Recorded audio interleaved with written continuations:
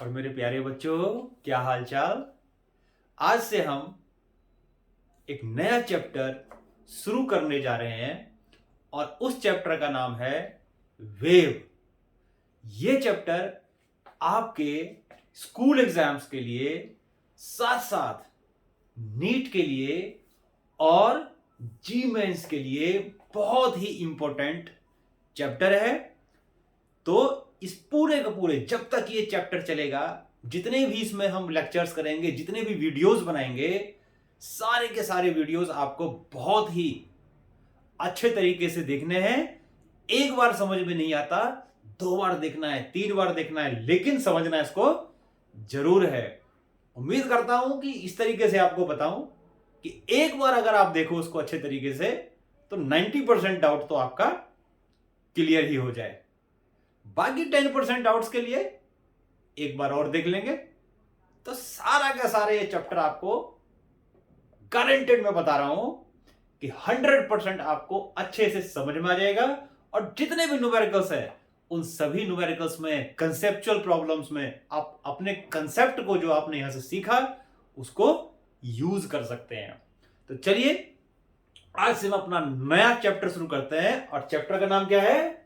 Chapter का नाम है हमारा वेव। वेव देखो, सबसे पहली बात यहां पर आती है कि वेव होता क्या है। वेव होता क्या है? जैसे मान लो मैं आपको एक एग्जांपल देता हूं कि सपोज करो हमारे पास एक स्ट्रिंग है और स्ट्रिंग को हमने क्या किया, एक एंड से कहीं टाई कर दिया। मान लो दीवार है मेरे सामने, दीवार से बांध दिया और उसका एक एंड पकड़ करके मैं क्या कर रहा हूं, ऐसे उसको ऑस्किलेट कर रहा हूं। यानी कि जैसे ही मैं सपोज करो एक स्ट्रिंग लेता हूं और एक स्ट्रिंग को, एक एंड को मैं दीवार से टाई कर देता हूं और उसका मैं इस तरीके से, मान लो, या किसी भी तरीके से, जरूरी नहीं है ऐसे, बस को मुझे हिलाना है। एक सिरा पकड़ करके, एक एंड पकड़ करके मुझे इसको वाइब्रेट करना है। ऐसे कराओ, ऐसे कराओ, ऐसे कराओ, कैसे मर्जी कराओ।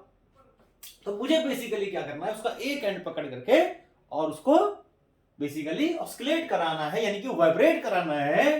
तो होगा क्या? होगा ये कि जब आप स्ट्रिंग को ध्यान से देखोगे तो कुछ इस तरह की चीजें आपको उसमें दिखाई देंगी। यानी कि स्ट्रिंग आपको ऐसा बनता हुआ दिखाई देगा, यानी कि स्ट्रिंग ऐसा हो जाएगा। और अगर हम एक ही किंक मारेंगे, मान लो उसमें एक ही बार हमने उसको ऑस्किलेट किया, एक ही बार किया, तो कुछ इस तरह से वेव पल्स हमें बनती हुई दिखाई देंगी। लेकिन अगर हम उसको काफी देर तक उसको इस तरह से वाइब्रेट करेंगे तो स्ट्रिंग हमें कुछ इस तरीके से दिखाई देगा। अब यहां पर देखो हो क्या रहा है। यहां पर क्या हो रहा है कि मैं क्या कर रहा हूं, एक पार्टिकल ले रहा हूं, यानी कि एक एंड ले रहा हूं स्ट्रिंग का और उसको अप एंड डाउन, मान लो, ऑस्किलेट कर रहा हूं। तो उस ऑस्किलेट करने से क्या हो रहा है कि वो जो, यानी कि मैंने डिस्टरबेंस क्रिएट किया। बेसिकली मैंने क्या किया भाई, अगर स्ट्रिंग को मैं अगर खींच के रखता तो स्ट्रिंग बिल्कुल सीधा होता। लेकिन मैंने करा क्या, मैंने ये करा कि स्ट्रिंग का एक एंड पकड़ के मैंने उसको डिस्टर्ब किया। यानी इसकी जो नेचुरल पोजीशन थी, उस नेचुरल पोजीशन से मैंने उसको क्या कराया, डिस्टर्ब किया। तो जब मैंने एक पार्टिकल को डिस्टर्ब किया तो उससे क्या हुआ, उसने फिर अगले पार्टिकल को डिस्टर्ब किया, यानी फिर उसने अगले पार्टिकल को डिस्टर्ब किया, उसने फिर उससे अगले पार्टिकल को डिस्टर्ब किया। इस तरीके से डिस्टर्बेंस जो हुई वो एक जगह से दूसरे जगह पर चली गई या जाती रही। कब तक जाते रही? तब तक मैं उसको डिस्टर्बेंस क्रिएट कर दिया गया, मैंने डिस्टर्बेंस क्रिएट किया। तो इस तरीके से हम, लेकिन एक और बड़ी खास बात क्या हुई कि जैसे मैंने इसको एक किंक मारा, डिस्टर्बेंस आगे चली गई। तो जब डिस्टर्बेंस आगे चली गई तो क्या जो स्ट्रिंग का पार्टिकल है वो भी आगे गया? स्ट्रिंग का पार्टिकल आगे गया ना? नहीं गया। हाँ, स्ट्रिंग का पार्टिकल आगे नहीं गया, यानी वो तो मेरे साथ ही ऊपर नीचे वाइब्रेट कर रहा है। तो आगे कौन जा रहा है? आगे जा रहा है डिस्टरबेंस। डिस्टरबेंस मतलब एनर्जी। तो इसी तरीके से जब हम क्या करते हैं, किसी भी मीडियम को, मैकेनिकल मीडियम कैसे बोल सकते हैं, जब उसकी नेचुरल शेप से, जिस मैकेनिकल मीडियम में एक आध पार्टिकल्स तो होंगे नहीं, इनफाइनाइट नंबर्स ऑफ पार्टिकल्स होंगे। तो मैं क्या करूंगा, जब एक पार्टिकल को, किसी को डिस्टर्ब करूंगा तो वो सक्सेसिव डिस्टरबेंस एक जगह से दूसरे जगह पर ट्रांसफर होती रहेगी, लेकिन उस एनर्जी उस डिस्टरबेंस के ट्रेवल करने के प्रोसेस में, या हम इसको ये भी बोल सकते हैं कि एनर्जी ट्रांसफर हो रही है। उस एनर्जी के ट्रांसफर होने के प्रोसेस में जो पार्टिकल है मीडियम का, वो उसके साथ नहीं जा रहा, वो तो वहीं पर ही अप एंड डाउन वाइब्रेट कर रहा है या ऑस्किलेट कर रहा है, जैसे कि स्ट्रिंग का बताया। तो स्ट्रिंग में जब हमने वाइब्रेशन किया तो स्ट्रिंग का पार्टिकल थोड़ी आगे गया, वो तो वहीं अप एंड डाउन वाइब्रेट कर रहा है, और जो डिस्टरबेंस है यानी कि एनर्जी है उसको छोड़ के आगे चली जा रही है। तो इस तरीके से जब एनर्जी का डिस्टरबेंस का एक जगह से दूसरे जगह पर ट्रांसफर होता है, तो उसी एनर्जी के मूव करने को from one place to another, उसी एनर्जी के मूव करने को हम क्या कहते हैं? वेव कहते हैं या वेव मोशन कहते हैं। तो बेसिकली जो वेव मोशन होता है, ये एनर्जी का ट्रांसफर होता है या मोशन होता है एनर्जी का, एक जगह से दूसरी जगह पर एनर्जी का जाना। लेकिन इस प्रोसेस में जो पार्टिकल्स होते हैं मीडियम के, वो एनर्जी के साथ आगे नहीं जाते। उसका काम सिर्फ इतना है, क्या है? उसका काम सिर्फ इतना है कि उसने हलचल मचा दी, अब वो हलचल एक जगह से दूसरे जगह पर ट्रांसफर होती जा रही है। तो वेव मोशन का मतलब बेसिकली ट्रांसफर ऑफ एनर्जी, या वेव का मतलब ट्रांसफर ऑफ एनर्जी। और वेव मोशन में क्या है? जो पार्टिकल्स होते हैं मीडियम के, वो अपनी जगह ही अप एंड डाउन वाइब्रेट करते रहते हैं। जैसे मान लो मैं यहां बोल रहा हूं, है ना? दूसरा एग्जांपल देते हैं, मान लो यहां मैं बोल रहा हूं, तो जैसे मैंने बोला तो मेरे मुंह के पास एयर के पार्टिकल्स हैं, है ना? तो मैंने क्या किया, जैसे लगाया तो प्रेशर क्रिएट किया, इसको प्रेशर वेव भी कहते हैं, आगे हम देखेंगे, डिटेल में भरेंगे आगे। तो मैंने प्रेशर क्रिएट किया पार्टिकल पे, जो बिल्कुल नियरेस्ट है मेरे मुंह के, मेरे माउथ के पास है बिल्कुल। तो वो क्या हुआ? पार्टिकल्स वाइब्रेट करने लगा। और भीड़ में जब कोई वाइब्रेट करेगा, खचाखच भरा हुआ है, तो अगले को भी तो डिस्टर्ब करेगा, फिर वो अगले को भी तो डिस्टर्ब करेगा। इस तरीके से क्या हो रहा है कि डिस्टरबेंस करते करते करते करते करते किसी दूसरे के कान के पास जा रही है, और उसके कान के पास जाकर के फिर थप्पड़ बजाना शुरू कर देती है वो पार्टिकल्स। तो उसके ईयर ड्रम में क्या होता है, जैसे ढोलक बजाते हैं ना, ऐसे उसके ईयर ड्रम में जो पार्टिकल्स है वो ढोलक बजाना शुरू कर देता है, और मेरी आवाज वहां तक पहुंच जाती है। लेकिन इस प्रोसेस में क्या हुआ है, मेरी आवाज तो वहां से वहां तक पहुंच गई, लेकिन जिस पार्टिकल को मैंने डिस्टर्ब किया था वो अपनी जगह नहीं छोड़ता, वो तो वहीं पर ही वाइब्रेट करता रहता है। यानी कि वेव मोशन में जो मीडियम के पार्टिकल्स होते हैं वो वेव के साथ या एनर्जी के प्रोपेगेशन के साथ प्रोपेगेट नहीं करते, वो तो वहीं पर ही वाइब्रेट करते रहते हैं। तो इस तरीके से हम कह सकते हैं कि एनर्जी के ट्रांसफर होने को, एक जगह से दूसरी जगह पे पास होने को क्या कहते हैं? वेव कहते हैं या वेव मोशन कहते हैं। और हमने सीखा कि वेव मोशन में जो पार्टिकल्स होते हैं वो वेव के साथ यानी एनर्जी के साथ मूव नहीं करते, वो तो वहीं पर ही सिंपल हार्मोनिक मोशन, जरूर नहीं सिंपल हार्मोनिक मोशन, वहीं पर ही ऑस्किलेट करते रहते हैं, यानी कि मूव करते रहते हैं। ठीक है, तो इसको हम बोलते हैं वेव मोशन। समझ में आई बात? अब देखो क्या होता है वेव मोशन में, जब कभी भी वेव मोशन होता है किसी भी पार्टिकल में, तो मैंने आपको क्या बताया कि एनर्जी का ट्रांसफर। तो जब डिफाइन करते हैं, मान लो उसको, अगर सपोज करो एनर्जी को हमने, वेव मोशन को हमने डिफाइन किया, तो व्हाट इज वेव? तो वेव का मतलब है मोशन ऑफ एनर्जी या डिस्टरबेंस इन अ मीडियम। तो किसी भी मीडियम में जो मोशन ऑफ एनर्जी होती है, यानी एनर्जी का मूव करना होता है, या मीडियम का डिस्टरबेंस होता है, नेचुरल शेप पोजीशन से उसको हिलाते हैं, तो इस तरीके से सारे पार्टिकल्स डिस्टर्ब करते हैं, तो उसको हम क्या कहते हैं? वेव मोशन कहते हैं। क्लियर यहां तक? अब आगे देखो क्या है, अब आगे आता हमारा टाइप्स ऑफ वेव मोशन, या टाइप्स ऑफ वेव भी कह सकते हैं इसको, टाइप्स ऑफ वेव। देखो वेव में क्या होता है, क्या टाइप्स ऑफ वेव में हम क्या कहते हैं, क्या कह सकते हैं कि जो वेव को ब्रॉडली अगर हम देखें तो ये डिवाइडेड इन 2 कैटेगरीज। एक होता है हमारा नॉन मैकेनिकल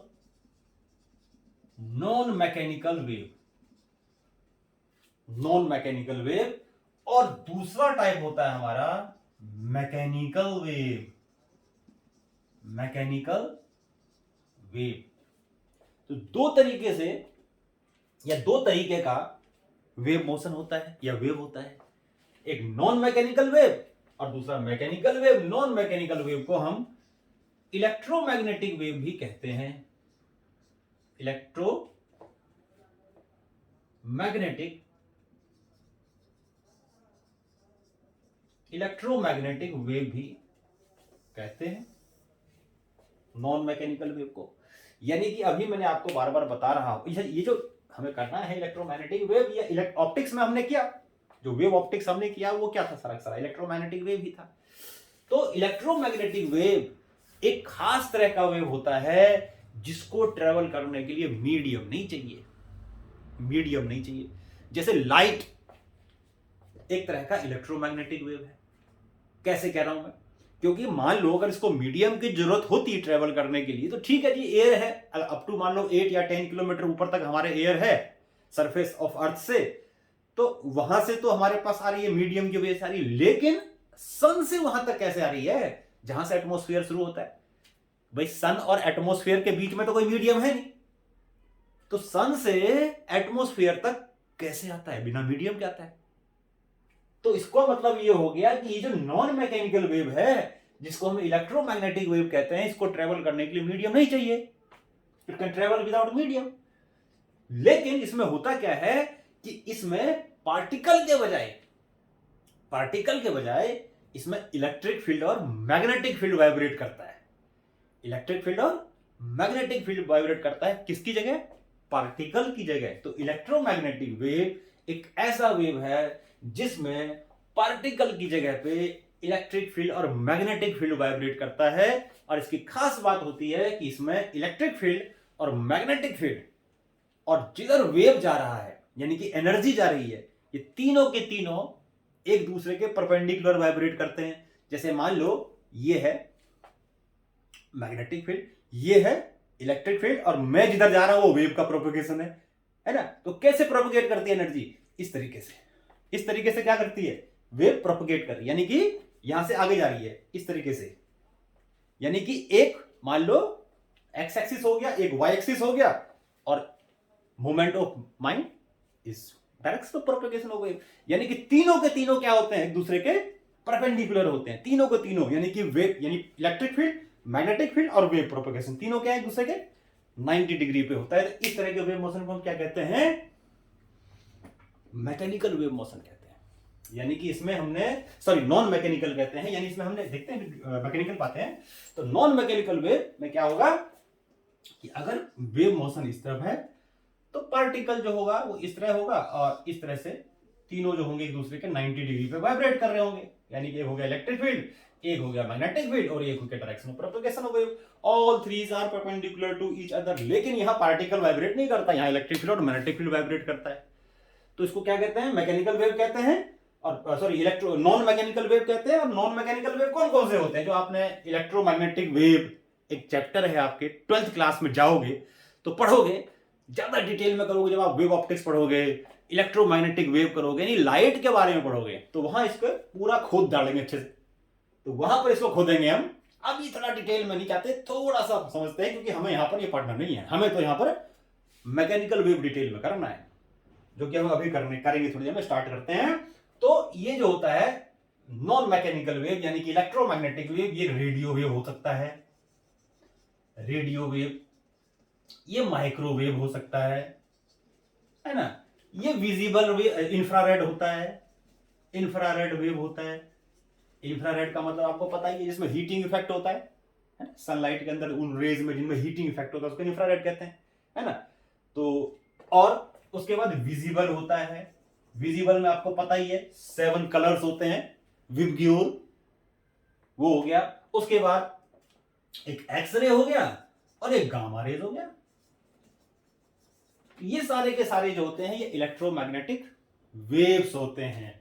ये सारे के सारे क्या होते हैं? इलेक्ट्रोमैग्नेटिक वेव्स होते हैं। तो ये हमें इसको ट्रेवल करने के लिए मीडियम नहीं चाहिए। इसको हम 12th क्लास में जाएंगे तो बहुत अच्छे से इसको पढ़ेंगे। अब इसको हम इतना ही समझते हैं जितना मैंने आपको बताया। अब आगे आती है बात मैकेनिकल वेव की। मैकेनिकल वेव, तो मैकेनिकल वेव क्या होता है? देखो, मैकेनिकल वेव मतलब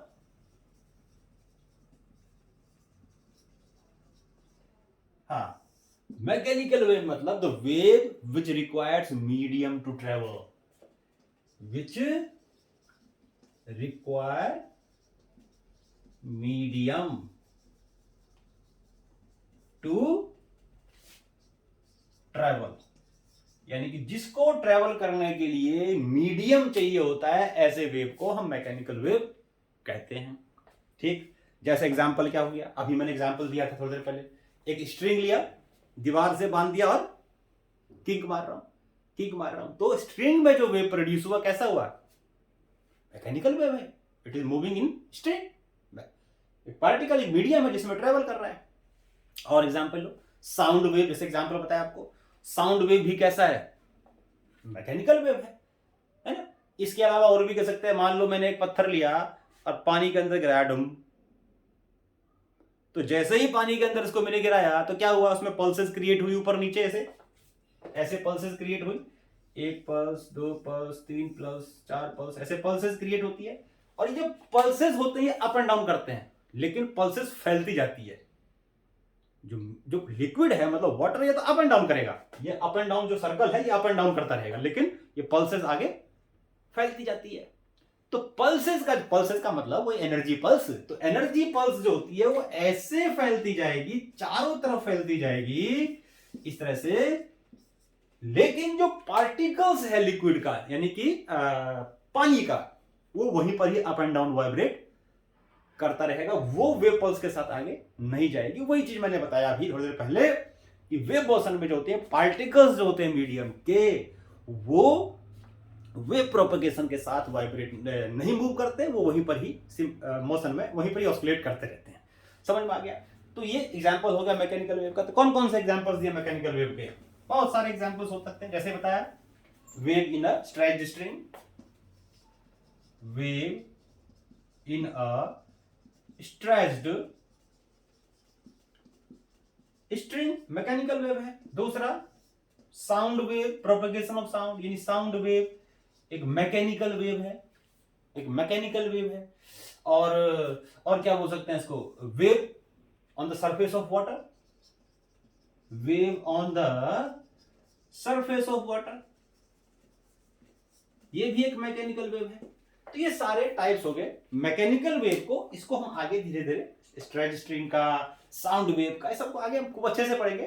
तो अभी तो ब्रीफ थोड़ा सा आइडिया है कि कौन से मैकेनिकल वेव होते हैं, और यहां पर हमें क्या करना है, मैकेनिकल वेव ही पढ़ना है। आगे अब देखो, ये समझ में आ गया यहां तक, पॉज करके सारी चीजें नोट करो। अब आगे शुरू करते हैं।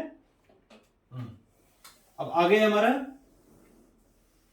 देखो, एक तरीके से और वेव मोशन को, यानी वेव को हम डिवाइड करते हैं, एक तरीके से और हम कह सकते हैं, या इसको हम बोले दूसरे लैंग्वेज में अगर बोलो उसको, कि जो वेव का मोशन होता है वो दो तरीके से होता है।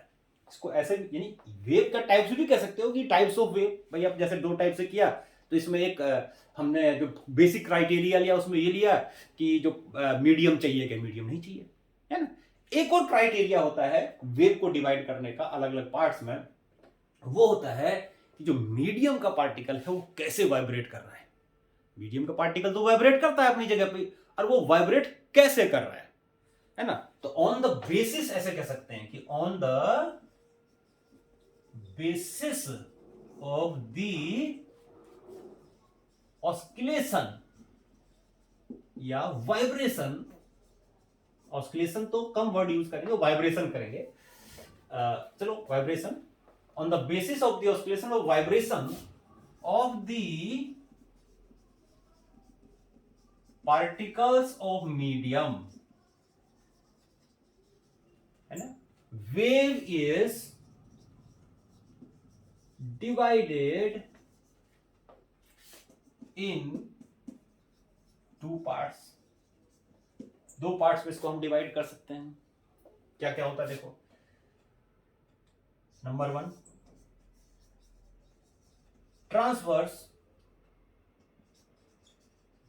ट्रांसवर्स वेव या ट्रांसवर्स वेव मोशन, एक ही बार, या ट्रांसवर्स वेव भी कह सकते हो सीधा।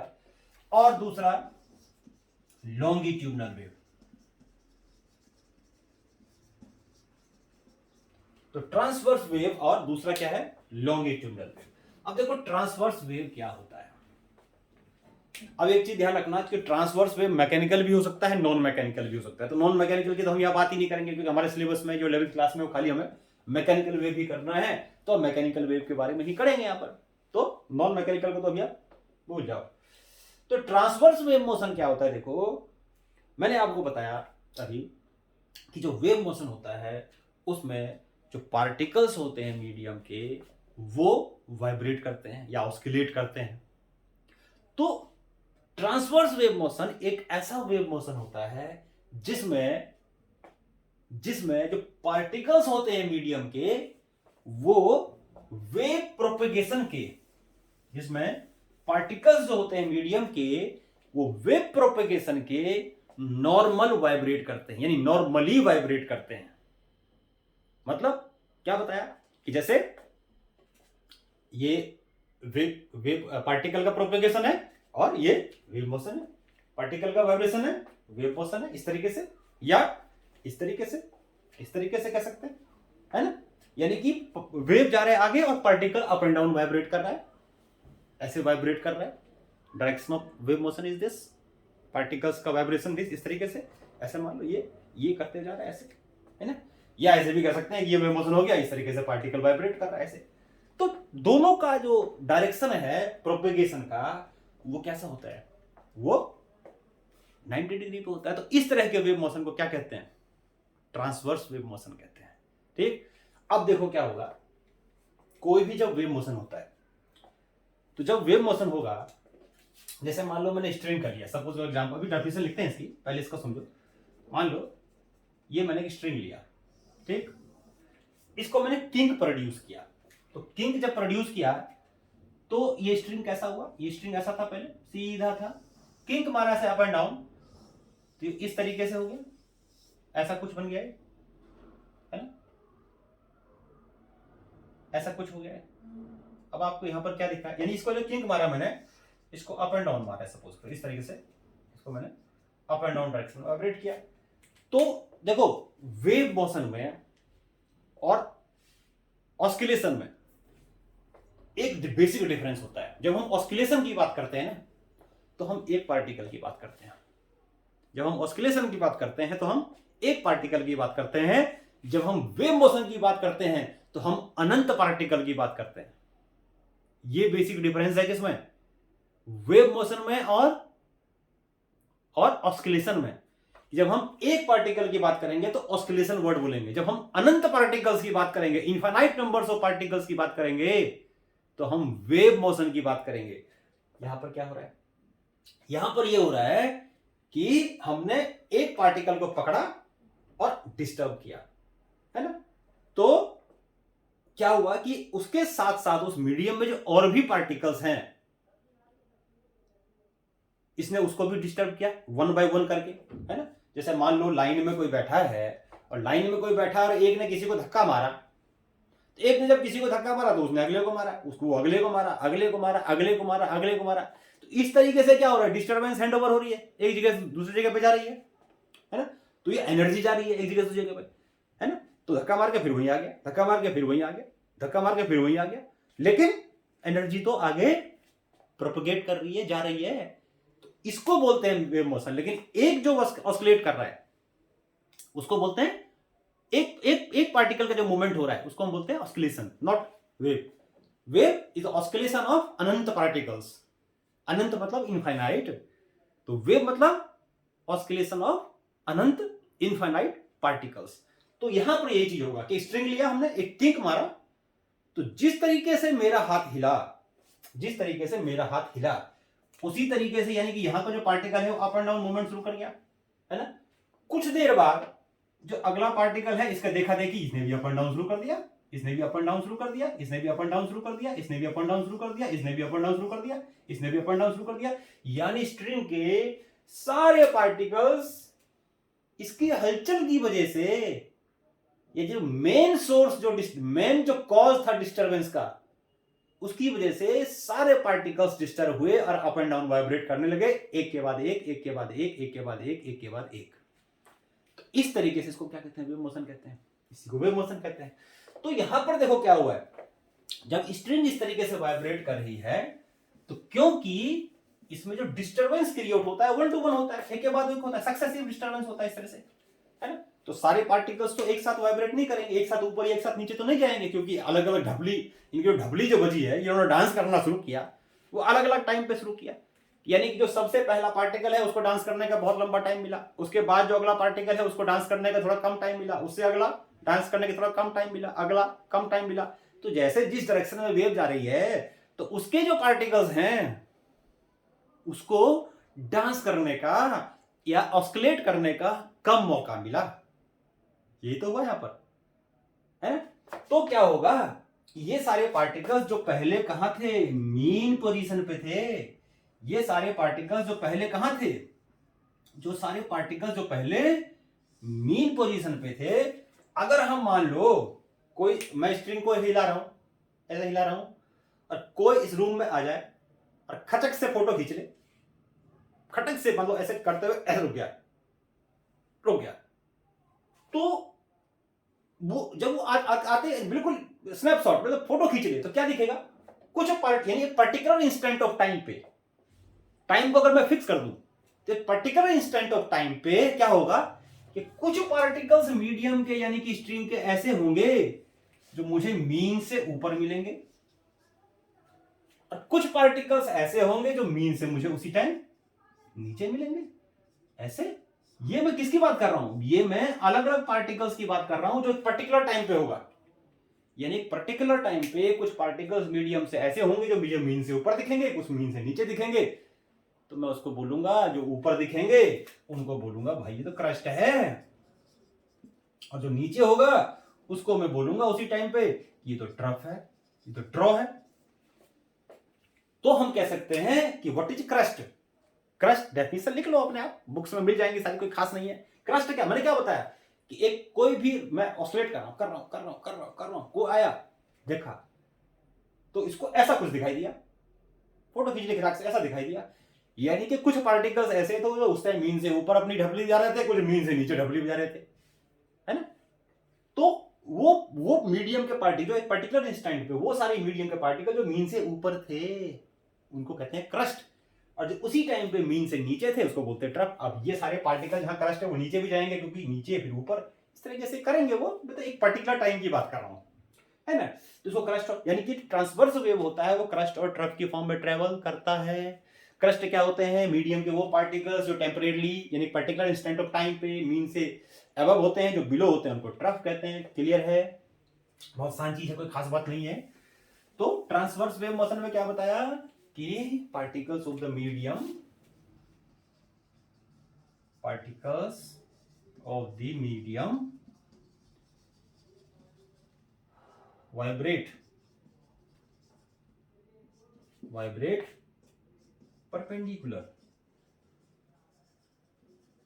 perpendicular to the direction of wave propagation, wave propagation के परपेंडिकुलर वाइब्रेट करते हैं। और क्या बताया, it travels in the form of crust and ट्रॉ। Crust और ट्रॉ की फॉर्म में ट्रेवल करता है, आपको बताया मैंने, है ना। एग्जाम्पल क्या दे सकते हैं, क्रस्ट मैंने बताया कि at any instant of time वो सारे पार्टिकल्स मीडियम के जो मीन से ऊपर थे, जो मुझे किसी टाइम पे मीन से ऊपर दिखे मैंने उनको क्रस्ट बोल दिया, जो मीन से मुझे नीचे दिखे उसी टाइम पे उसको मैंने ट्रफ बोल दिया, उसको मैंने ट्रॉ बोल दिया। समझ में आ गया। तो ये क्रस्ट और ट्रॉ की फॉर्म में ट्रेवल करता है। एग्जाम्पल क्या बताया, स्ट्रिंग का एग्जाम्पल दिया, भाई स्ट्रिंग को हमने किक मारा तो पार्टिकल्स ऊपर नीचे कर रहे हैं, डिस्टर्बेंस आगे जा रही है, तो एग्जाम्पल है। एग्जाम्पल क्या दे सकते हैं हम, wave in a stretched string, ये एक मैकेनिक ट्रांसवर्स वेव मोशन है। समझ में आई बात। अब आते हैं दूसरा लॉन्गिट्यूडनल वेव मोशन में। लॉन्गिट्यूडनल वेव, ये हमारा ट्रांसवर्स वेव मोशन हो गया, और हमने देखा ट्रांसवर्स वेव क्रस्ट और ट्रफ की फॉर्म में ट्रेवल करता है। अब आते हैं longitudinal wave. Longitudinal wave, longitudinal wave. हाँ देखो लॉन्गिट्यूडनल वेव में क्या होता है, जो पार्टिकल्स होते हैं मीडियम के, ये उसी डायरेक्शन में वाइब्रेट करते हैं जिस डायरेक्शन में वेव प्रोपेगेट कर रही है। जैसे मान लो ये पार्टिकल है, ये वेव प्रोपेगेशन है, तो ऐसे इस तरह से है ना, यानी कि ये पार्टिकल है, ये वेव प्रोपेगेशन है, तो इस तरह, उसमें ऐसे था, इसमें क्या है, ऐसे इस तरीके से है ना, तो वाइब्रेट कर रहे हैं पार्टिकल्स उसी डायरेक्शन में जिस डायरेक्शन में वेव जा रही है। तो इस तरह के वेव मोशन को क्या कहते हैं, लॉन्गिट्यूडनल वेव मोशन कहते हैं, या कभी कभी इनको हम प्रेशर वेव भी कहते हैं। इन सारे को हम बहुत डिटेल में पढ़ेंगे, जैसे हम आगे के लेक्चर्स करते जाएंगे, आगे देखेंगे इनको। तो अभी तो बेसिक आइडिया ले रहे हैं। तो प्रेशर वेव भी कहते हैं इनको हम। प्रेशर वेव इसलिए कहते हैं कि इसमें जो होता है ये प्रेशर से क्रिएट होता है, और ये इसमें प्रेशर का इसमें डिस्प्लेसमेंट का वेरिएशन भी होता है, पार्टिकल्स की पोजीशन भी चेंज होती है, और अलग अलग पोजीशन पे प्रेशर भी अलग अलग होता है, और प्रेशर अलग अलग होगा तो डेंसिटी भी अलग अलग होती है। तो इसमें तीनों चीजें वेरी करती है। तीनों की इक्वेशन सब आगे के लेक्चर्स में ड्राइव करेंगे कि प्रेशर की इक्वेशन क्या होगी, डिस्प्लेसमेंट की क्या होगी, और डेंसिटी की क्या होगी, सबको हम ड्राइव करेंगे। तो इसको हम प्रेशर वेव क्यों कहते हैं, क्योंकि यहां पर प्रेशर से क्रिएट होता है, और जो पार्टिकल्स होते हैं मीडियम के, ये उसी डायरेक्शन में वाइब्रेट करते हैं जिस डायरेक्शन में वेव जा रही होती है। तो इस तरह के वेव मोशन क्या कहते हैं, लॉन्गिट्यूडनल वेव मोशन कहते हैं, in which particles of the medium vibrate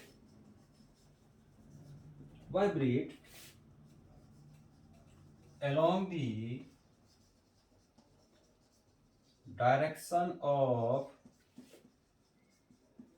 propagation of wave, direction of propagation of wave, इनको क्या कहते हैं, लॉन्गिट्यूडनल वेव कहते हैं। अब देखो क्या होगा कि जब इनकी लॉन्गिट्यूडनल वेव में क्या होगा, इसको पॉज करके नोट कर लो सर आप। लॉन्गिट्यूडनल वेव मोशन में क्या होगा कि जब हम इसको देखेंगे, जैसे मान लो मैंने बताया कि मैं बोल रहा हूं तो आवाज किसी और को सुनाई दे रही है, तो ये पार्टिकल को मैंने ऐसे फूंक मार, हवा निकला था, बोला तो मेरे मुंह से हवा निकली, एयर निकली, तो नियरेस्ट पार्टिकल को डिस्टर्ब करेगा, इस तरीके से वो डिस्टर्ब होना शुरू हो जाएगा, अगले करेगा, फिर अगले करेगा, अगले करेगा, इस तरीके से डिस्टर्बेंस आगे हैंड ओवर होगी। तो होता क्या है कि मान लो ये वो पार्टिकल्स हैं जो मीडियम के हैं, और ये इनकी नेचुरल पोजीशन है, ये उनकी नेचुरल पोजीशन है।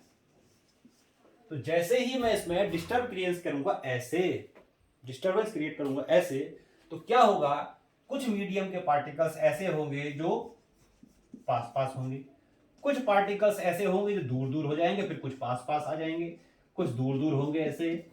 तो अगर कोई मान लो प्रेशर वेव क्रिएट किया, कोई अंदर आया, जैसे ट्रांसवर्स ने बताया, फोटो खींची, तो उसको जो मीडियम के पार्टिकल्स हैं ऐसे नहीं दिखाई देंगे, इस जगह दिखाई देंगे। अभी मैं आपको एक और चीज दिखाता हूँ और आपको चीज क्लियर होगा। देखो ये है स्लिंकी, देखो यहां से आपको मैं लॉन्गिट्यूडनल वेव बना के दिखा रहा हूं। देखो ये है स्लिंकी, और यहां पर मैं क्या कर रहा हूं, देखो ये देखो, ये देखो, ये देखो, दिख रहे हैं ना, बिल्कुल जैसे मैंने बनाया। देखो ये देखो, यहाँ देखो हाथ के पास देखो, बिल्कुल पार्टिकल्स पास में आ गए। फिर ये पल्स है, एक तरीके से पल्स बोल सकते हैं, ये आगे भाग रही है। यानी कोई भी अगर आके इसकी फोटो खींच ले किसी भी टाइम पे आकर के, तो इसमें कुछ पार्टिकल्स स्लिंकी के ऐसे दिखाई देंगे जो बिल्कुल ऐसे, और देखो इस तरह से, और समझ में देखो, ये देखो, ये देखो, ये देखो,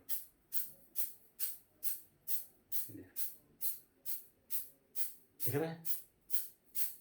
तो यानी कोई आकर के इसकी फोटो ले ले एक बार में, तो उसको जो मीडियम के पार्टिकल्स होंगे, यानी स्लिंकी के जो रिंग्स होंगे, वो इस तरह से दिखाई देंगे। कुछ रिंग्स ऐसे होंगे जो थोड़े पास में होंगे, ऐसे at any instant of time की बात बता रहा हूं। अभी हमने देखा था कि इसकी पोजीशन चेंज एक बार दिया, तो ये जो चीज है ना, वो आगे जाती रहती है। ये तो हम किसी पर्टिकुलर टाइम की बात कर रहे हैं। फोटो खींचा उस टाइम पे क्या था, उस टाइम पे ऐसा था। तो कुछ पार्टिकल्स ऐसे थे और कुछ ऐसे भी थे, कुछ मतलब ऐसे भी थे, ये देखो, ये देखो, और ये देखो, और कुछ ऐसे भी थे, ऐसे ऐसे शेप में, ये दूर दूर दिखाई दिए। तो मीडियम के पार्टिकल्स क्या होते हैं, कुछ ऐसी जगह होती है मीडियम में जहां पर पार्टिकल्स पास पास नॉर्मल पोजीशन से पास पास आते हैं, तो नेचुरल सी बात है वहां डेंसिटी ज्यादा होगी, प्रेशर भी वहां ज्यादा होगा, है ना। तो पास पास जहां पर होंगे तो मीडियम, उस पार्ट ऑफ द मीडियम को हम बोलते हैं कंप्रेशन। क्या बोलते हैं, कंप्रेशन।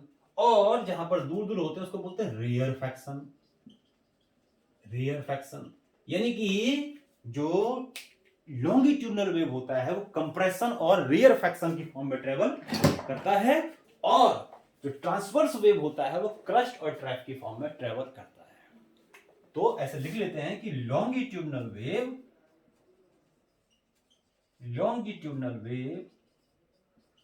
ट्रेवल in the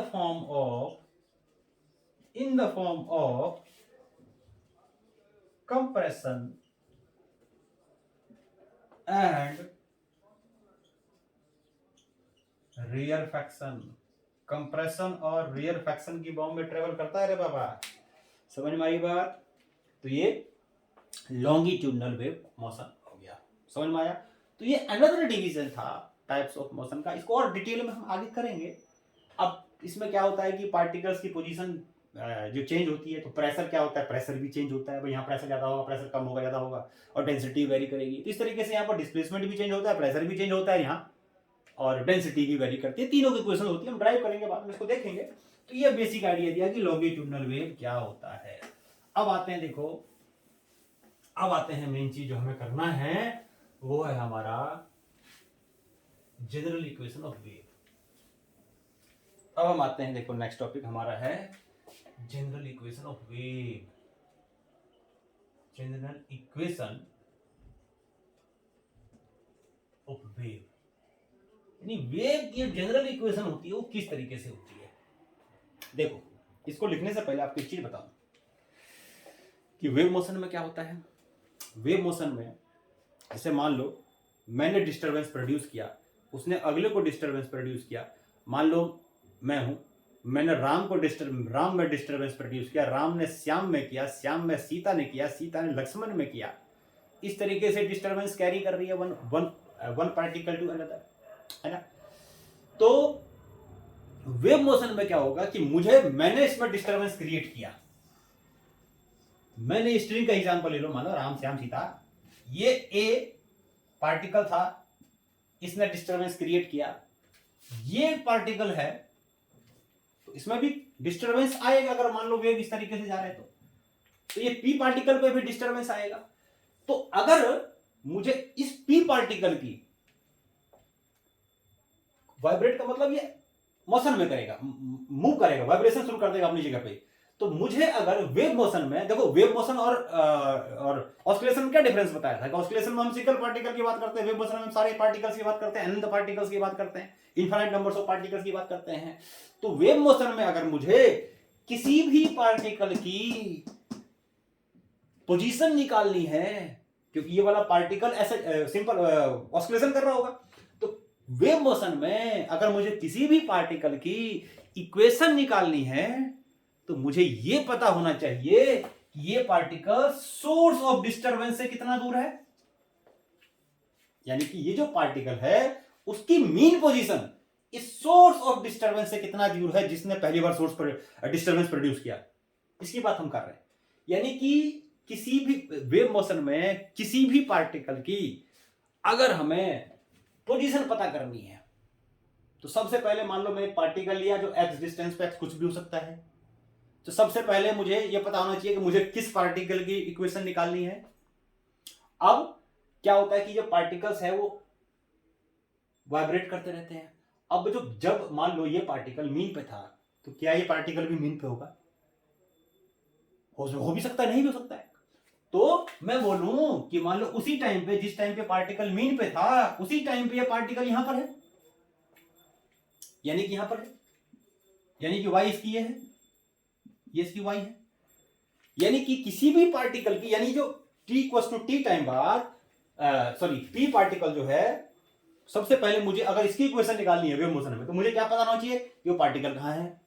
दूसरी चीज, उस पार्टिकल की मुझे डिस्प्लेसमेंट निकालनी है तो उसका टाइम भी पता होना चाहिए किस टाइम पे निकालनी है। तो इसका मतलब ये हुआ कि किसी भी यानी वेव मोशन में जब किसी भी पार्टिकल की जब हम डिस्प्लेसमेंट की इक्वेशन निकालेंगे तो हमें सबसे पहले पता होना चाहिए कि उस पार्टिकल की मीन पोजीशन क्या है। दूसरी चीज हमें पता होनी चाहिए कि उसका डिस्प्लेसमेंट हमें किस टाइम निकालना है, यानी कि उसका जो डिस्प्लेसमेंट है वो एक्स के साथ भी वरी करेगा और टाइम के साथ ही वरी करेगा, है ना। यानी वेव मोशन में जो किसी भी पार्टिकल की पोजीशन होती है वो एक्स पे भी डिपेंड करेगा और टाइम पे भी डिपेंड करेगा। तो इस तरीके से हम कह सकते हैं जितनी भी वेव मोशन होते हैं उन वेव मोशन में जो पार्टिकल्स की इक्वेशन होती है वो फंक्शन होता है किसका, एक्स का, plus as well as function होता है टाइम का। यानी कि वेव मोशन में किसी भी पार्टिकल की अगर हमें पोजीशन निकालनी है तो हमें उसका एक्स पता होना चाहिए और साथ में यह भी पता होना चाहिए कि एक्स का मतलब उसकी मीन पोजीशन पता होनी चाहिए। और दूसरी चीज हमें पता होना चाहिए कि वो जो पार्टिकल है उसकी पोजीशन हमें किस टाइम पर निकालनी है, क्योंकि जरूरी नहीं है कि मीन पर ही हो, वो मीन से ऊपर भी और नीचे वाइब्रेट कर रहा है, तो उसके लिए हमें टाइम पता होना चाहिए कितना टाइम बाद उसका निकालना है हमें, तो उसके आपको पोजीशन पता लगेगी। तो हमें दोनों चीजें पता होनी चाहिए कि उसकी मेन पोजीशन क्या है और मेन पोजीशन के बाद हमें किस टाइम उसका डिस्प्लेसमेंट निकालना है। तो ये हो गई जनरल इक्वेशन ऑफ वेव। तो जिस तरह जनरल इक्वेशन ऑफ वेव। अब इसमें एक और चीज आपको याद रखो, चीज नहीं पता, एक और बात बता रहा हूं, ये प्रूव भी कर सकते हैं आगे। तो एक और होती है इसमें डिफरेंशियल इक्वेशन ऑफ वेव। ये तो होगी general equation of wave motion, this is the general equation of wave motion, क्योंकि जो वेव मोशन होता है ये एक्स का ही फंक्शन होता है और टी का ही फंक्शन होता है ना। यानी किसी भी पार्टिकल का डिस्प्लेसमेंट निकालने के लिए हमें एक्स की वैल्यू पता होनी चाहिए, उसकी मीन पोजीशन पता होनी चाहिए, साथ में वो टाइम पता होना चाहिए कि हमें किस टाइम उसकी पोजीशन निकालनी है। उसके बाद इसकी अगर हम डिफरेंशियल इक्वेशन निकालेंगे,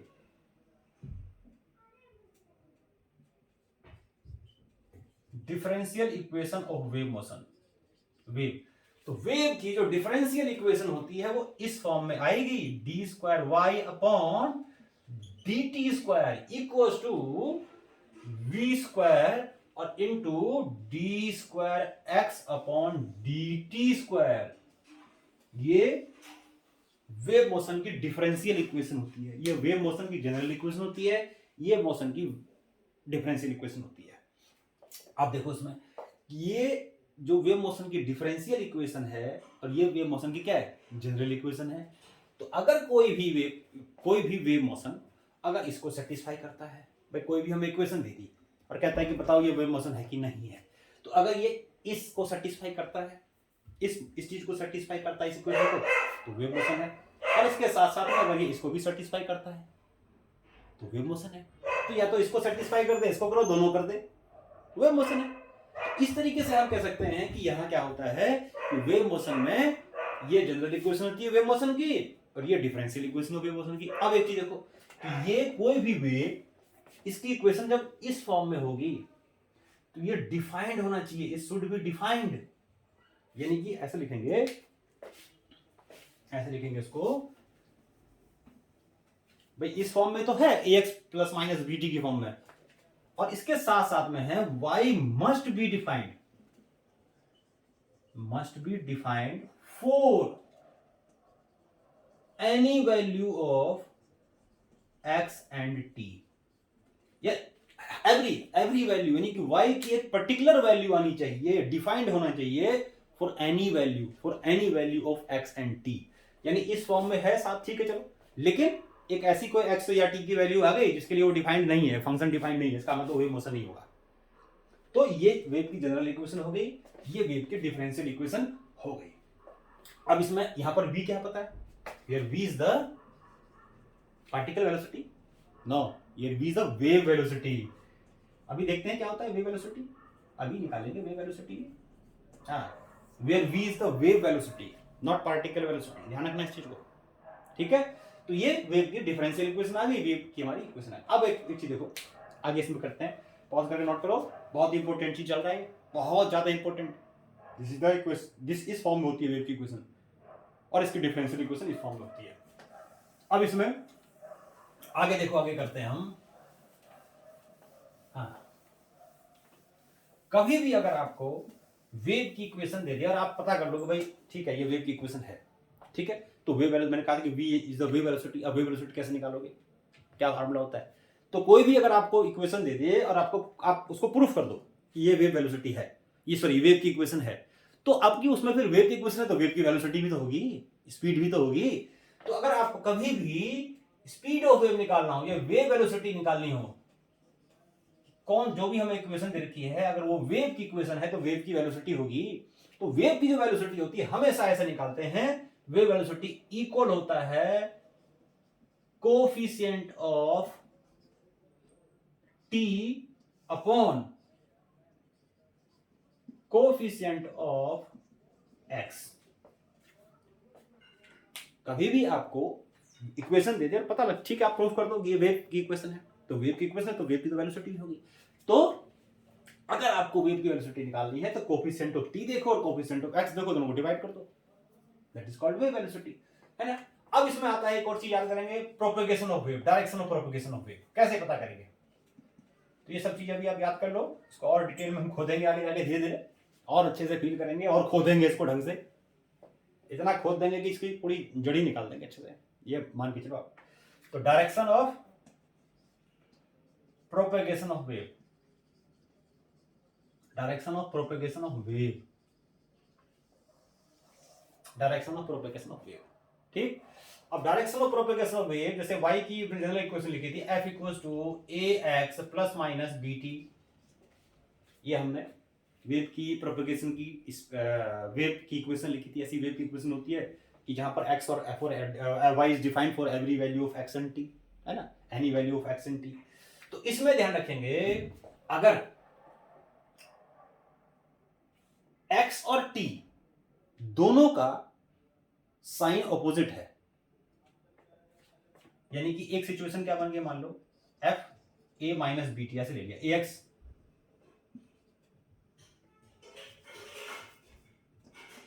ax माइनस बी टी ये ले लिया। तो कभी भी आपको वेव इक्वेशन मिले और x और t दोनों का साइन अपोजिट हो, यानी एक प्लस और एक माइनस, जरूर नहीं है कि माइनस ये प्लस हो, ये माइनस ये प्लस हो सकता है, कि एक प्लस और एक माइनस। तो अगर ऐसा है तो इसका मतलब ये है कि वेव जो है वो किधर जा रहा है, wave is travelling along positive direction of x axis, positive direction of x axis. क्या बताया बात, कि कभी भी वेव की इक्वेशन है तो वहां पर देखो जो ax माइनस बी टी जो उसमें दिया हुआ है, ए और बी टी कुछ वैल्यूज होगी, जो भी होगा देखेंगे भी, कि अगर उसमें जो हमें वेव के फंक्शन दिए हुए हैं, इक्वेशन दिए हुए, उसमें क्या x और बी टी, एक्स और t, है ना, ये जो है ये अपोजिट साइन का है, यानी ax और bt दोनों अपोजिट साइन के, अगर अपोजिट साइन के हैं तो आंख बंद करो, लिख दो wave is travelling along positive direction of x axis, खत्म कहानी। दूसरी चीज, अगर y इस तरीके से हो कि दोनों का साइन सेम हो, या तो ऐसा हो या ऐसा हो, इसमें क्या हो सकता है, तो इसमें भी लिख देते हैं हम दोनों, y इक्वल टू या तो ऐसा हो या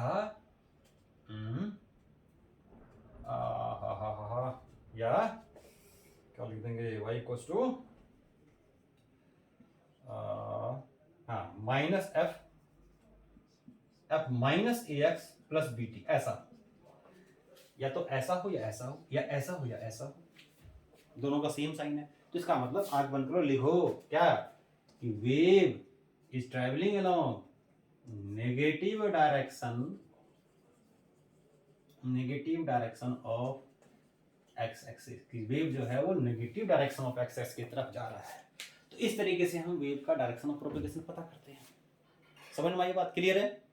नोट करो पॉज करके कि कब पॉजिटिव डायरेक्शन में जाएगा वेव, कब नेगेटिव डायरेक्शन में जाएगा, ये सब चीजें हम करेंगे। इसको पॉज करके आप नोट करो, आगे करते हैं अब हम। देखो अब हम कुछ वेव की ये चीजें मैंने बताई कि ये डिफरेंशियल इक्वेशन होती है और ये इसकी वेव के फंक्शन होता है, ऐसा इस फॉर्म में आपको मिलेगा। अब हम कुछ इक्वेशंस लेते हैं और देखते हैं क्या वो इक्वेशंस वेव की इक्वेशंस को फॉलो करता है, क्या वो इक्वेशन वेव की इक्वेशन है, देखते हैं। ओहो,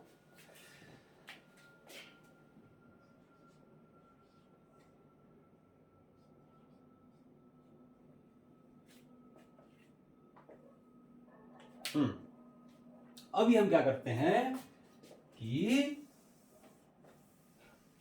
कुछ इक्वेशंस लेते हैं और देखते हैं क्या वो वेव की इक्वेशन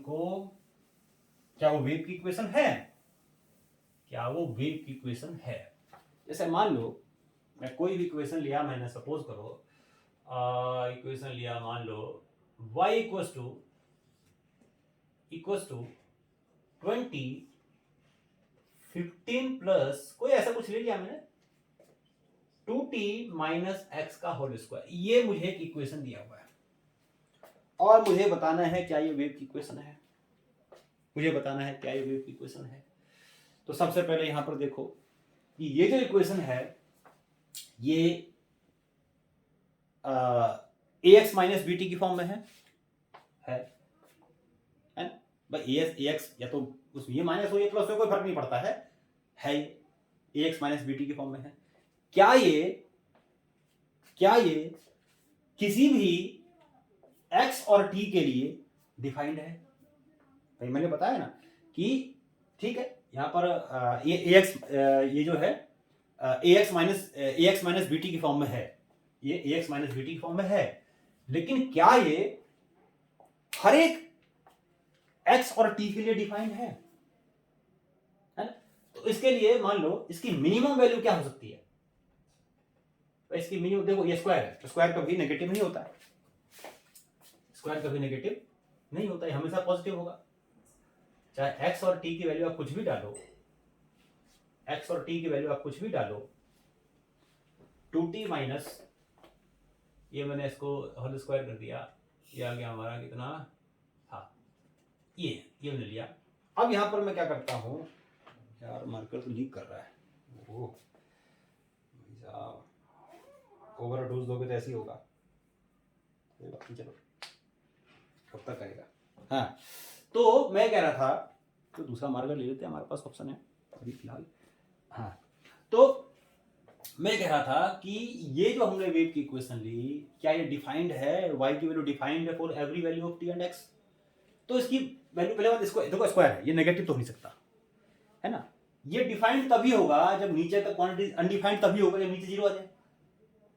ये अनडिफाइंड एक ही केस में हो सकता है, यानी y इंफिनिटी एक ही केस में हो सकता है जब नीचे की चीज जीरो हो। क्या ये नीचे की चीज कभी जीरो हो सकती है? ये हमेशा क्या होगा, डिनोमिनेटर कभी क्या जीरो हो सकता है?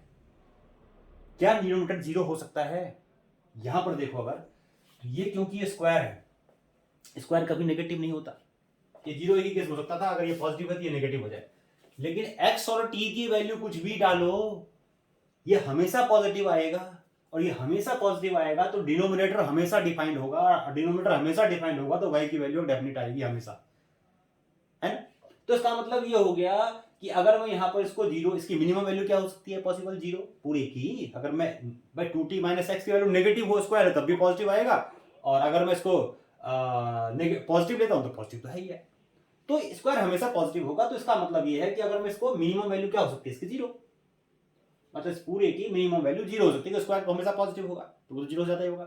तो जीरो करता हूं तो y आ जाएगा 20/15, डिफाइंड है, y की वैल्यू आ गई डेफिनेट आ गई ना।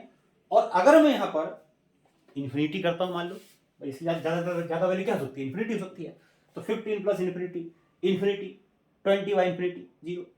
यानी कि ये कहने का मतलब ये है कि ये हर एक x और t के लिए डिफाइंड होगा। तो y इज डिफाइंड, नोट कर लो इस चीज को जो बता रहा हूं, कि इस चीज की वैल्यू हम कह सकते हैं कि दिस, चलो ध्यान देते हैं, 2t minus x whole square can never be negative, ये कभी भी नेगेटिव नहीं हो सकता, कैन नेवर बी नेगेटिव, है ना। तो मिनिमम वैल्यू क्या पॉसिबल है इसकी, minimum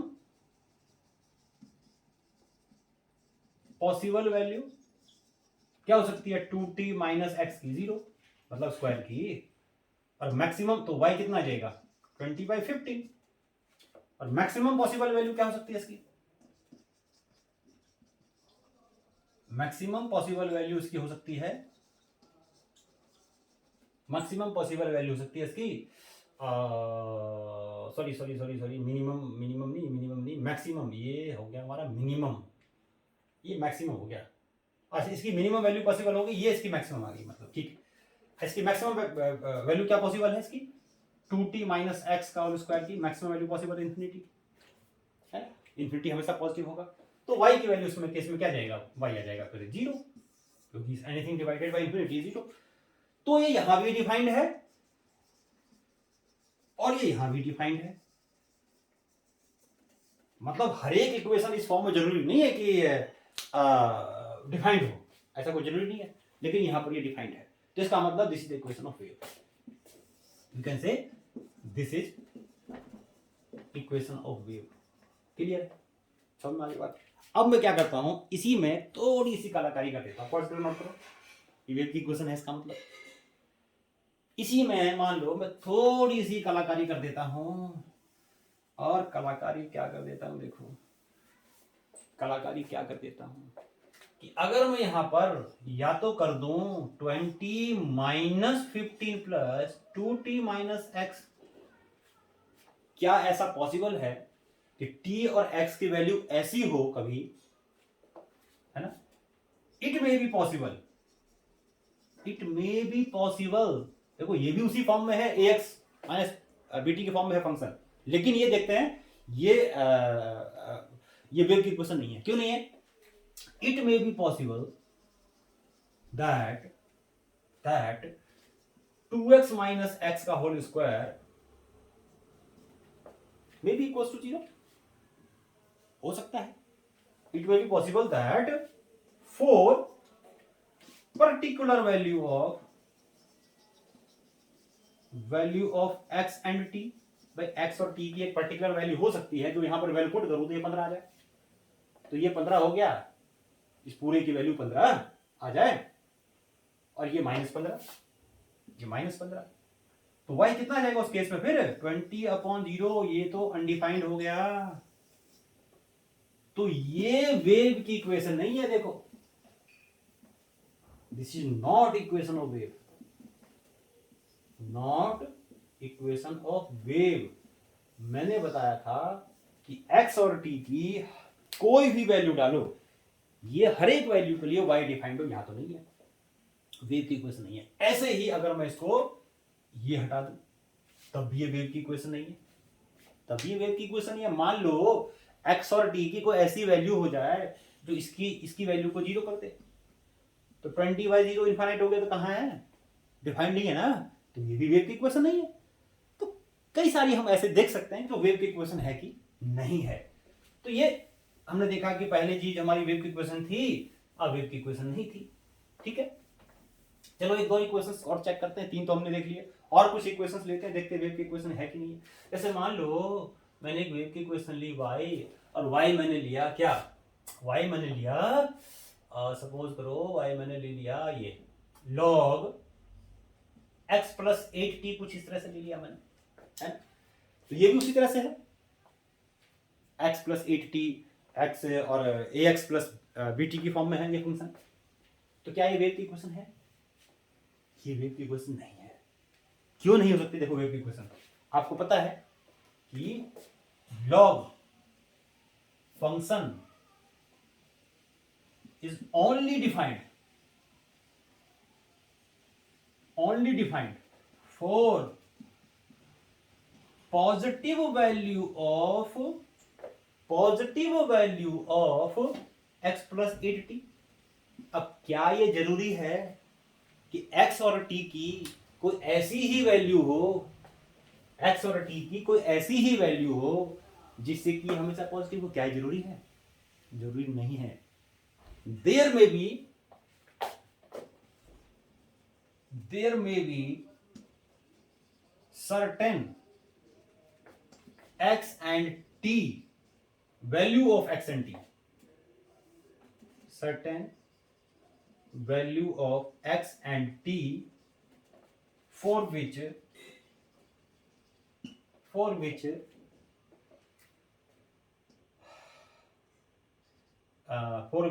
x plus 8t may be negative, तो उसके लिए फिर क्या है, that for that y is not defined, for that y is not defined, उसके लिए y डिफाइंड नहीं होगा, तो ये वेव की इक्वेशन नहीं हो सकती। समझ में आई बात? तो वेव की इक्वेशन नहीं हो सकती। चलो आगे बढ़ते हैं और कुछ देखें। चलो पॉज करके नोट कर लो सारा। ये सब चेक करने का तरीका है कि वेव की इक्वेशन है कि नहीं है, बड़ा आसान है। अगर आप एक बार समझ गए तो आप बिल्कुल चेक कर सकते हो कोई भी इक्वेशन दी हुई है वेव की इक्वेशन है कि नहीं है। चलो एक और लिखते हैं और देखते हैं दूसरे तरीके से बात करते हैं। चलो y equals to e minus x plus 2t, क्या ये वेव की इक्वेशन है? दूसरे तरीके से करें, चलो देखते हैं वेव की इक्वेशन है कि नहीं है। तो इसको डिफरेंशियल इक्वेशन से करके देखते हैं कि वेव की इक्वेशन है कि नहीं है, वो भी तो चेक करने का तरीका है, कर लेते हैं, देखते हैं करके। तो देखो यहाँ पर क्या है, इसे डिफरेंशिएट करो विद रिस्पेक्ट टू t, तो इसका डिफरेंशिएट क्या हो जाएगा भाई साहब, इसका डिफरेंशिएट हो जाएगा आपका e की power minus x plus 2t, इसका और साथ में अंदर वाले इसका एक बार और डिफरेंशिएट करेंगे विद रिस्पेक्ट टू t, तो इसका हो जाएगा 0, इसका हो जाएगा 2, तो यहाँ बच गया 2। ठीक, एक बार और डिफरेंशिएट कर दो तो d square y upon d t square ये आ जाएगा, फिर दोबारा से करोगे तो 4 आ जाएगा, 4 लिख दो सीधा, e की power minus x plus 2t ये आ गई, d square t upon d t square. अब आते हैं देखो d square y d y, ये क्वेश्चन वाले लेते हैं।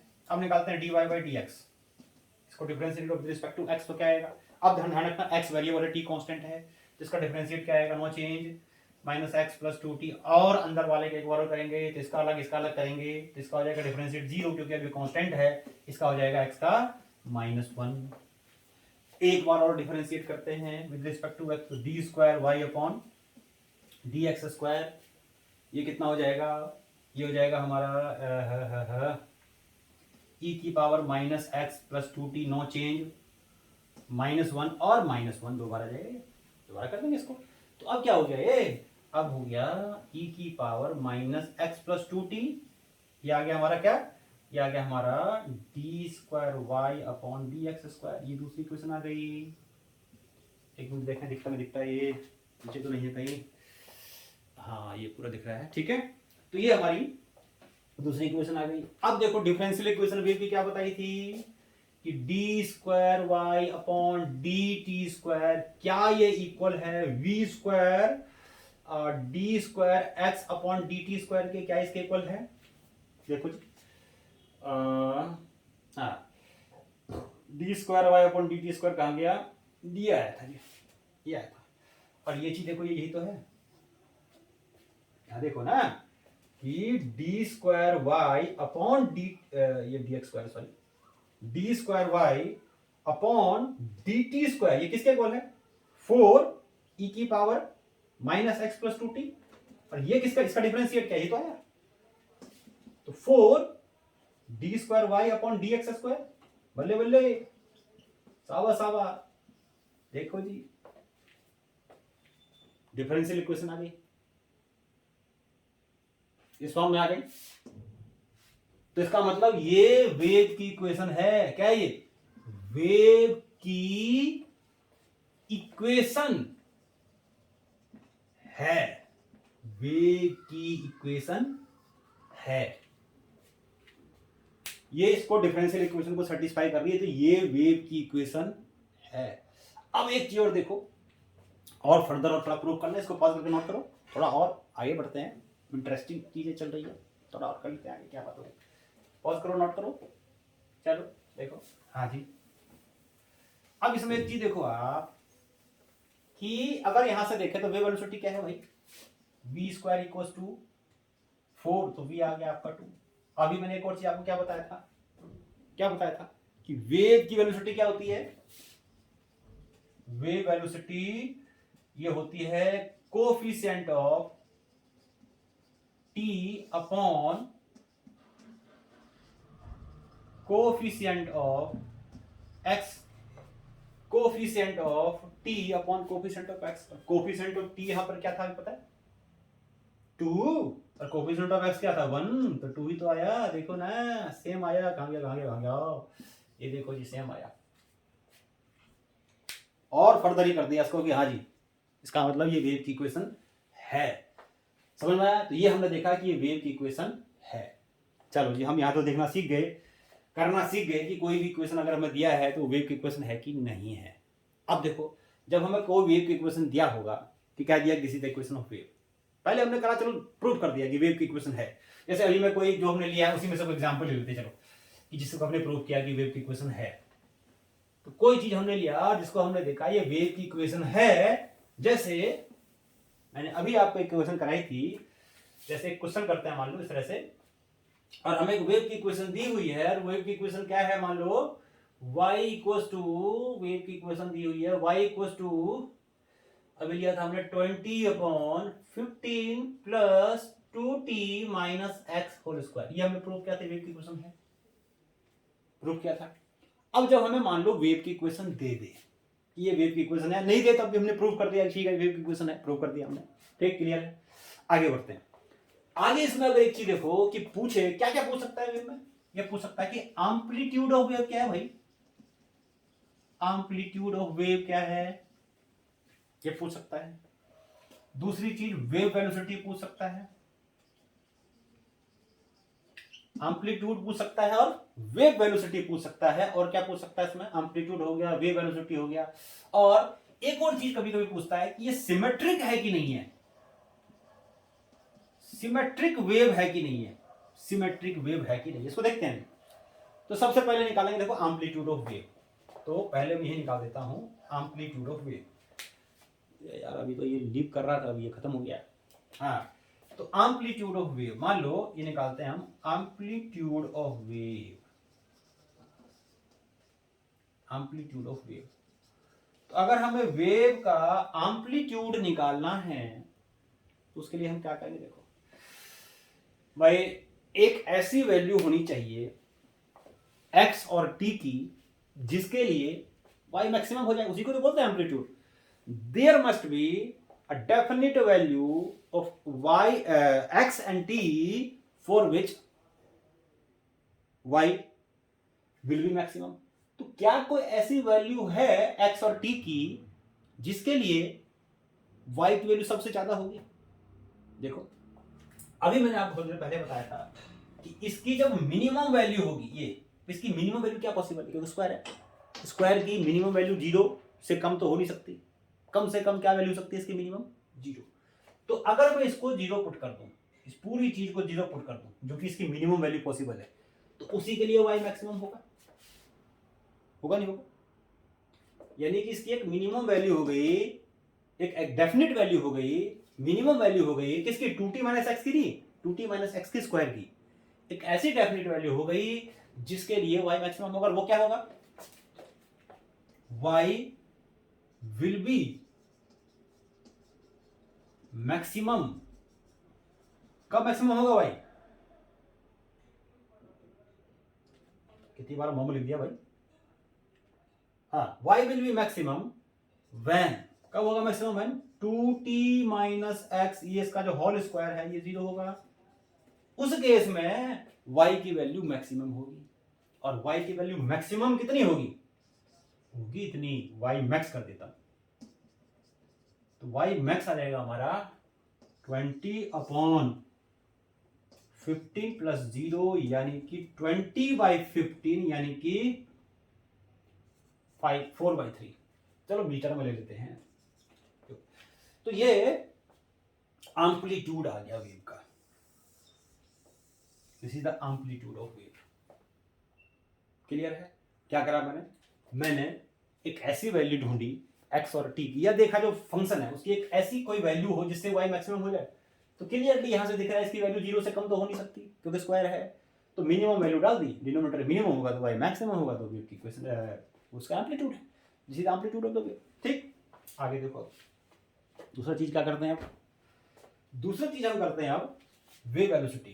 तो ये हो गया हमारा एम्पलीट्यूड ऑफ वेव निकाल दिया। अब निकालते हैं, इसको मैं जो जगह कम है इसलिए मैं इसको हटा ही देता हूँ, बाद में सिमेट्रिक लिखूंगा दिखाने के लिए सिमेट्रिक है कि नहीं है। हाँ, तो अब मैं लिखूंगा अगर वेव वेलोसिटी, तो सेकंड का कर रहा हूँ, तो वेव वेलोसिटी क्या हो जाएगी भाई, वेव वेलोसिटी हो जाएगी क्या, हमने बताया भाई, वही तो लगा दो, coefficient of T upon coefficient of x, coefficient of T divided by coefficient of x. और कोफिशिएंट ऑफ टी क्या होता है, कोफिशिएंट ऑफ टी होगा हमारा कोफिशिएंट ऑफ टी देखो यहां पर क्या है भाई 2, और वो कितना है 1, माइनस नहीं लेना, खाली पॉजिटिव है 2/1 2। अच्छा इसमें एक और चीज पूछ सकता है, चलो माइनस ले लो, माइनस ले लिया तो और मजा आ गया, फिर माइनस ले लो ले लो ले लो। अच्छा -2 ले लिया, -1 ले लिया तो -2 आया ना, तो यहां पर डायरेक्शन भी दिखा रहा है, डायरेक्शन भी दिखा रहा है। तो एक और चीज में ऐड कर देता हूं कि डायरेक्शन ऑफ प्रोपेगेशन क्या है, direction of propagation of wave, propagation of wave, wave का जो डायरेक्शन ऑफ प्रोपेगेशन है वो क्या है, negative x axis, negative x axis, wave का प्रोपेगेशन है वो नेगेटिव एक्स एक्सिस पे है। या दूसरा मैंने आपको बताया था कि अगर ए एक्स और टी दोनों के कोफिशिएंट दोनों नेगेटिव है, ए एक्स माइनस बताया था ना, ए एक्स माइनस बी टी ऐसे कुछ नेगेटिव में है, तो भाई एक का साइन पॉजिटिव एक का sign negative, negative direction of x axis बताया था। ना ना ना ना उल्टा बोल दिया भाई, तो डायरेक्शन ऑफ प्रोपेगेशन यही होगा, गलत गलत गलत, मैग्नीट्यूड ले लो खाली, मैग्नीट्यूड लो खाली, मोड से नहीं, खाली आपको वो लेना है। तो डायरेक्शन यहाँ पॉजिटिव है, माइनस नहीं है, पॉजिटिव है, मोड लेना है खाली, गलत गलत गलत।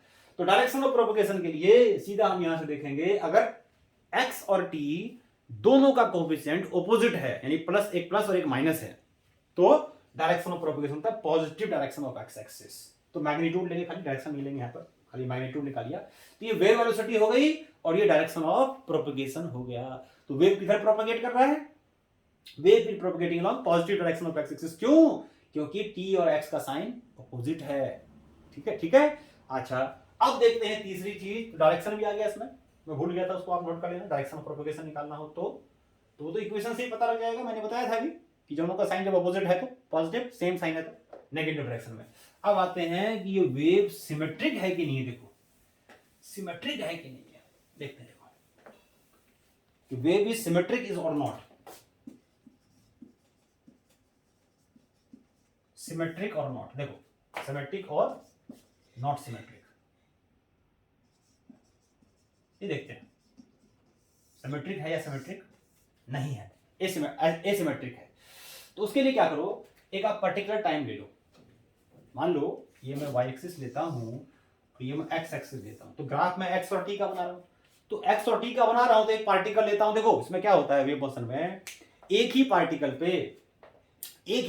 की अगर मैं x और t का ले रहा हूं तो अलग अलग पार्टिकल्स की सेम टाइम पे पोजीशन निकाल रहा हूं, क्योंकि वेव मोशन में क्या होता है, अनंत पार्टिकल्स ऑस्किलेट करते हैं, वाइब्रेट करते हैं।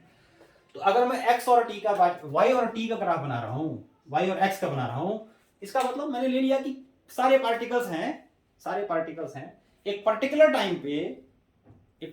टाइम पे अगर मैं देखूंगा तो y की वैल्यू क्या होगी अलग अलग पार्टिकल्स की, ठीक है, यानी इसकी पोजीशन क्या होगी फ्रॉम द मीन, अलग अलग वैसे x मान लो 2 सेंटीमीटर 3 सेंटीमीटर 5 सेंटीमीटर, तो सेम टाइम पे इनकी पोजीशन क्या होगी, y क्या होगा।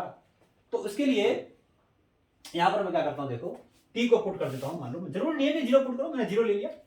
अच्छा इसकी मैक्सिमम वैल्यू क्या बताएगी, मैक्सिमम वैल्यू के लिए जब x और t दोनों 0 करेंगे तो मैक्सिमम वैल्यू हो जाएगी इसकी 15, सॉरी आई थी इसकी, ये मैक्सिमम वैल्यू आई थी इसकी, कितनी थी, मैक्सिमम वैल्यू थी इसकी 20/15 यानी कि 4/3 थी, ऐसा कुछ ले लिया, 4/3 डिवाइड करके निकाल लो, फ्रैक्शन कंप्लीट नहीं होगा इसलिए 4/3 लिख दिया मैंने, ठीक है। तो ये इसका एम्पलीट्यूड हो गया 4/3 y।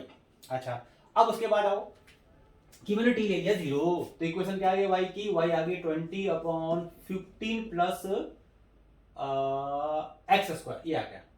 अब देखो यहां पर क्या है कि x को अगर मैं नेगेटिव डालूं तो भी y पॉजिटिव आएगा, मान लो x को मैंने ये ले लिया, x की वैल्यू मैंने ये ले ली, कुछ भी ले ली 4, मान लो -4 ले लिया, तो कितना आ गया ये 4 -4 का स्क्वायर क्या हो गया 16, और 16 और 15 कितना हो गया 31, तो 20/31 एक डेफिनेट वैल्यू आई, y पॉजिटिव आ गई, मान लो यहां आ गई।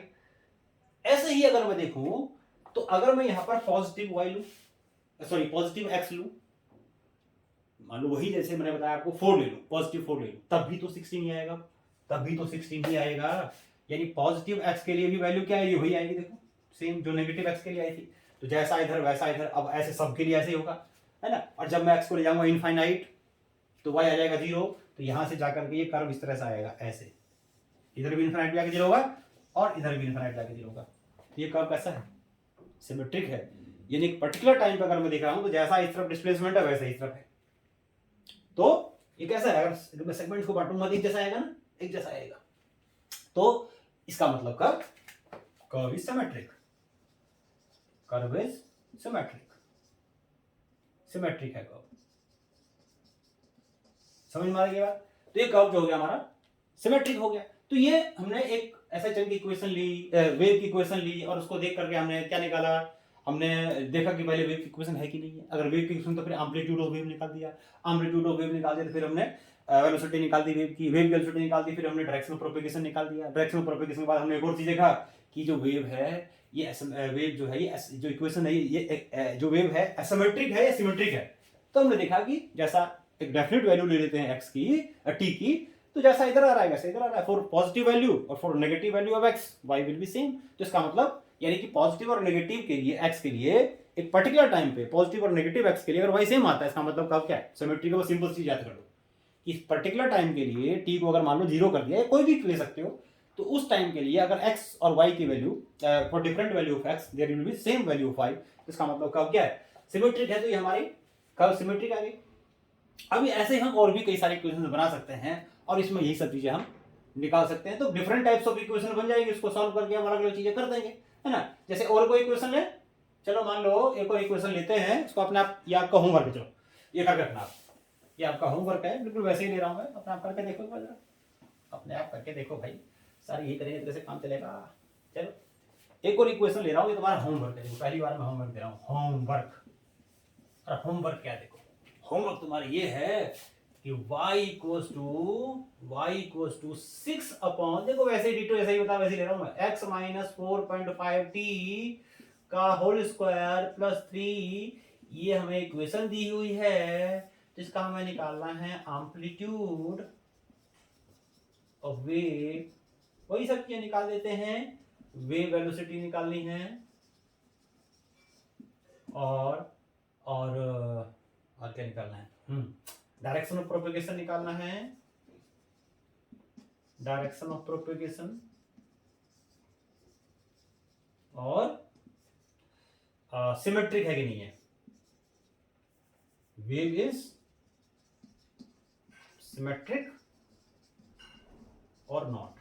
तो ये चीजें दोबारा से आपको, ये सब चीजें आपको निकालनी है। तो ये हमने वेव मोशन किया और ये हमने कुछ इक्वेशंस किए। तो देखो यहां से हमने अब तक जो वेव मोशन किए उसमें हमने सीखा कि वेव मोशन क्या होता है, कि जो वेव मोशन है उसकी इक्वेशन या तो डिफरेंशियल फॉर्म में बताई, उस फॉर्म को सेटिस्फाई करना चाहिए, ये आपको बताया कि वेव मोशन की इक्वेशन इस तरह से आती है, y equals to f a x minus b t, इस तरह से प्लस माइनस बी टी, कुछ इस तरह से इक्वेशन आ जाएगी। तो अगर ऐसा है और y की वैल्यू अगर इस तरह से, और for every value of x and t y must be defined, अगर ऐसा है तो वेव मोशन की इक्वेशन है। तो वेव मोशन की मैं जो यानी कि वेव कैसा बना, वेव कैसा बना वो डिपेंड करता है, पता है किस पे, वो डिपेंड करता है पार्टिकल के वाइब्रेशन पे, यानी कि हमने डिस्टरबेंस प्रोड्यूस किया ना, उस डिस्टरबेंस पे डिपेंड करता है ना। तो डिफरेंट तरीके से अगर हम डिस्टरबेंस प्रोड्यूस करेंगे तो वेव की इक्वेशन डिफरेंट आएगी। ये सब चीजें ज्यादातर हमारे चीजों में नहीं आती है, क्योंकि हमें जो करना है आगे, जो हमारे मेन, मैं बताऊं कि 99.9% ऐसे मान लो, लेकिन बहुत जरूरी था इसका नॉलेज, बहुत जरूरी था नॉलेज। अगर मान लो कहीं आ गया भाई, हमें तो वो चीज करनी है जो अक्सर नहीं आती है, जो अक्सर आती है वो तो कर ही रहे, लेकिन वो भी चीजें अगर हमें सेलेक्ट होना है, कुछ करना है, तो वो चीजें भी करनी पड़ेंगी जो अक्सर नहीं आती है, तभी तो विनर बनोगे, नहीं तो कैसे, है ना। तो वो चीजें भी जरूरी है। तो मैंने कहा कि ये चीजें जो इस तरह से है, मतलब जो वेव मोशन होगा वो कैसा वेव मोशन होगा, वो डिपेंड करता है कि जो इक्वेशन क्या होगी, वो डिपेंड करता है कि पार्टिकल का जो हमने डिस्टरबेंस प्रोड्यूस किया वो किस तरीके से किया, इनिशियल डिस्टरबेंस कैसे किया। क्योंकि जैसा इनिशियल डिस्टरबेंस होता है बाकी सब उसी की जगह देख के ढपली जाते हैं, ऐसे मान लो, उसी तरह से वो भी वाइब्रेट करने लगते हैं। जो मीडियम के पार्टिकल्स हैं सारे एक साथ वाइब्रेट करते रहते हैं, है ना। तो ये हो गया हमारे कोर्स में जो हमें पढ़ना है आगे, वो आगे जो हम कंटिन्यू करेंगे अब, वो हम सिर्फ क्या करेंगे अब हम आगे सिर्फ करेंगे जो हमारा नेक्स्ट टॉपिक होगा वो हम करेंगे अगले लेक्चर से, और वो होगा हमारा simple harmonic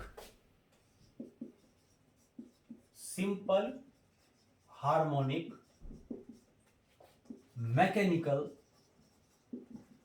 wave. Simple harmonic mechanical wave, यानी कि हमें अब आगे उसी वेव को कंटिन्यू करना है जिसमें मीडियम के पार्टिकल्स जो होते हैं वो एसएचएम में वाइब्रेट करते हैं। तो मैंने बताया 99.9% मान लो जो क्वेश्चंस आया या कुछ भी उससे रिलेटेड जो भी चीज आई वो सिंपल हार्मोनिक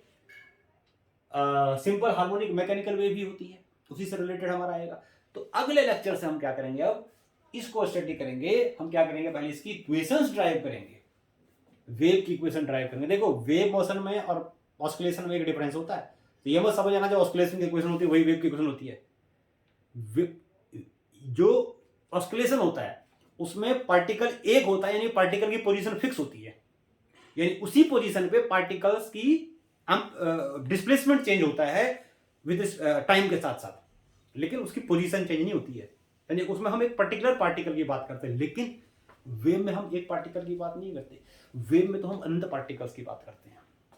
तो वेव मोशन की जो इक्वेशन होती है वो एसएचएम की इक्वेशन से थोड़ी अलग होगी। तो हम अगले लेक्चर से क्या करेंगे, सिंपल हार्मोनिक वेव की इक्वेशन ड्राइव करेंगे, और फिर उससे रिलेटेड जो हमने अभी देखा कि वेव की जो जनरल इक्वेशन होती है क्या उसी की जैसी बनेगी, है ना। और दूसरी बात हम उसकी डिफरेंशियल इक्वेशन बना के देखें क्या वैसी इक्वेशन आई, है ना। और उसके बाद हम कुछ छोटे छोटे पहले डेफिनेशंस भी लिखेंगे, जैसे वेव लेंथ क्या होती है, ये सब बार बार काम आएगा। फिर फ्रीक्वेंसी क्या होती है, टाइम पीरियड क्या होता है, वेव लेंथ क्या होती है, वेव वेलोसिटी क्या होती है, ये सारी चीजें हम पहले वेव की इक्वेशन को ड्राइव करने से पहले वो सब चीजें हम पहले करेंगे, डेफिनेशन लिखेंगे, और then we derive the equation of the simple harmonic wave motion. और उसके बाद हम उससे रिलेटेड कुछ न्यूमेरिकल्स करेंगे और देखेंगे वहां पर हमें क्या क्या चीजें उसमें पूछ सकता है। समझ में आ गया। तो आज के लिए हम इतना ही रखते हैं। उम्मीद करता हूँ आज जो मैंने आपको कराया एक बहुत इंटरेस्टिंग चैप्टर शुरू हुआ है, ऐसे मान लो आज जो मैंने आपको कराया आपको अच्छा लगा होगा, समझ में भी आया होगा, और बार बार इसको एक बार नहीं आया दूसरी बार देखो, बिल्कुल 100% जो आपको पता है क्लियर समझ में आ जाएगा। अगर आप 2 बार देख लो इस लेक्चर को, पूरा फंडा क्लियर है, वेव में आप कभी मार नहीं खा सकते, इतना फील कर जाओगे ना कि बस क्या बन जाओगे पता है, करके देखो पता लगेगा आपको। तो अगले लेक्चर से हम क्या करते हैं, अब नेक्स्ट टॉपिक शुरू करेंगे। तो आज जो मैंने आपको कराया वो आपको पूरा अच्छे से सीखना है, और तब तक के लिए टाटा बाय सी यू।